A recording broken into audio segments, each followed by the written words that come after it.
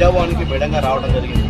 ఇదే విషయం ప్రజాభవన్కి రావడం జరిగింది. అది ఎంతవరకు వాస్తవం అవాస్తవం అని తెలుసుకుందామని చెప్పేసి నేను ఇక్కడికి వచ్చి బేగంపేటకి వచ్చాను. బేగంపేట దగ్గర ప్రజెంట్ మన Hyderabad TV channel 1-1 TV channel Ravi నేను రాజకుమార్ రావడం జరిగింది. అది ఎంతవరకు వాస్తవం అవాస్తవం తెలుసుకున్నాను.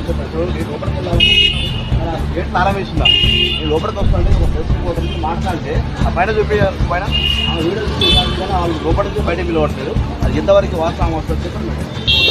లోపలికి వెళ్దామంటే కూడా లోపల రాని మేము 1.5 years ఇలానే తిరుగుతుంటే వెళ్ళిపోతున్నాము. మేము మార్నింగ్ 10 o'clock వచ్చి 1 వరకు కూర్చొని వెళ్ళినా మనకు అసలు కర్టెన్సీ లేదు.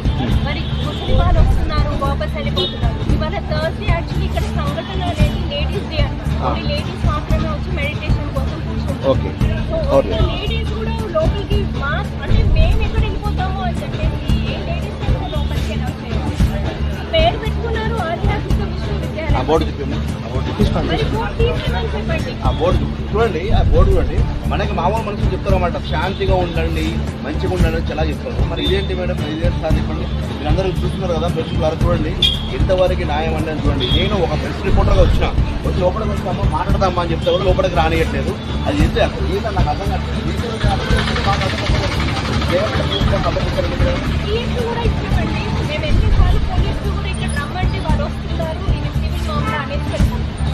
సివిల్ మామూలు అంటే ఫండమెంటల్ రైట్ తీసేమని చెప్పండి. రైట్ టు ఈక్వాలిటీ వద్దు, రైట్ టు రిలీజన్ ఇవన్నీ ఫిక్స్ చేయండి. ఫండమెంటల్ రైట్ సెక్షన్ 329 తీసేమని చెప్పండి.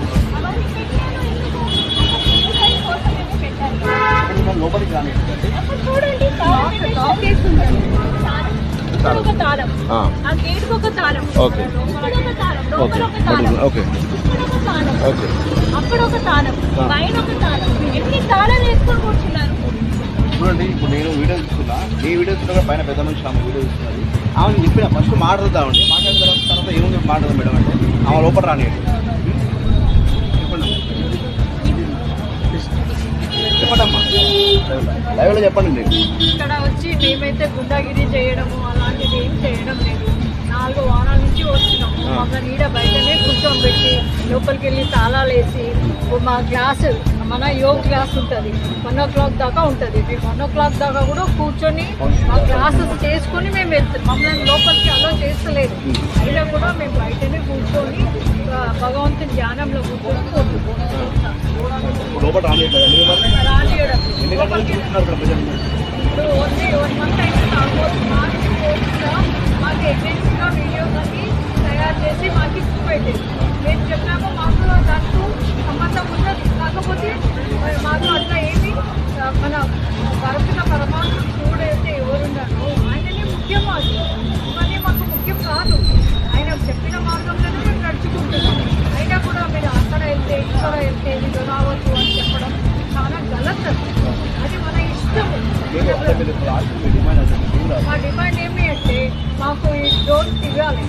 లాక్స్ తీసి మాకు కూడా ఇక్కడ వచ్చి సేవ చేసుకోవడానికి, ధ్యానం చేసుకోవడానికి, భగవంతుని యోగా చేసుకోవడానికి, క్లాస్ తీసుకోవడానికి మనకు పర్మిషన్ ఇవ్వాలి. పర్మిషన్ అంటే పర్మిషన్ అనేది ఇచ్చేది ఒక భగవంతుడే. ఆయన చెప్తే మీరు ఇక్కడంతా వచ్చి మనుష్యుల మార్గంలో నేను అనుకోవడం లేదు. వచ్చేదే భగవంతుని మార్గం. సేవలండి, సేవలు అందరికీ